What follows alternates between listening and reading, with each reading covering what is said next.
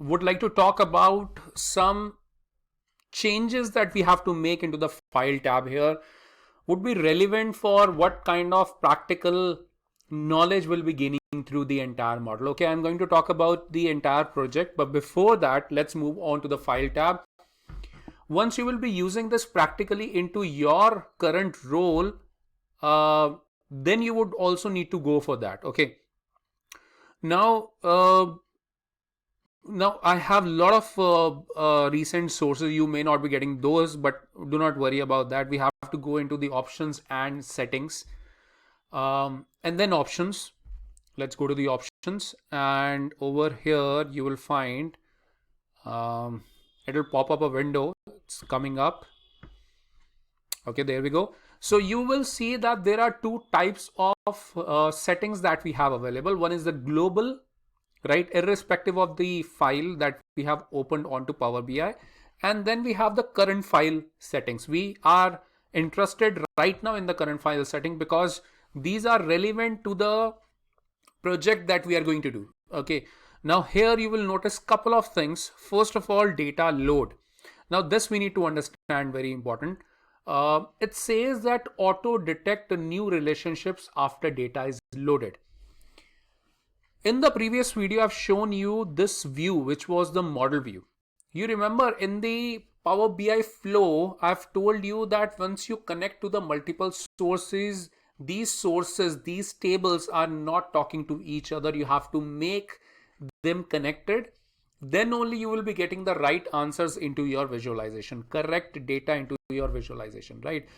So relationship must be there among those tables, right? Now, Power BI is smart enough to do the same. By default, it creates the relationship the moment you start connecting to the tables.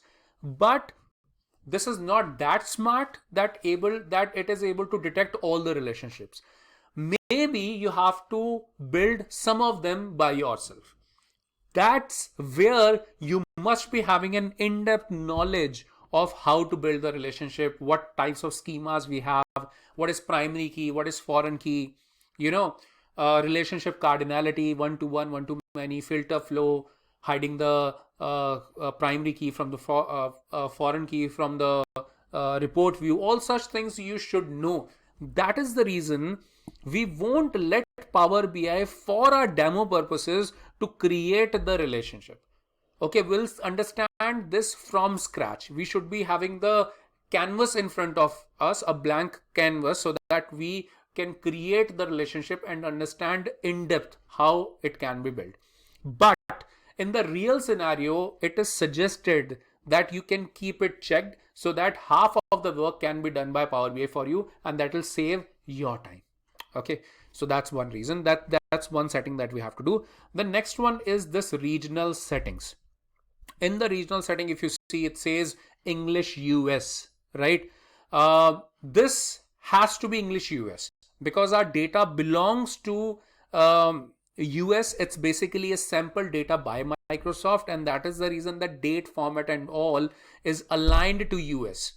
And that is the reason you have to keep it. If you change it to something else and the data that I have shared with you, or the one that you are going to download in next couple of videos, if you use that without keeping English US, you end up having the wrong data types. So that is the reason this is the second setting that you have to do. That's it. These two things, just click OK and we are good to go for our data. Thank you.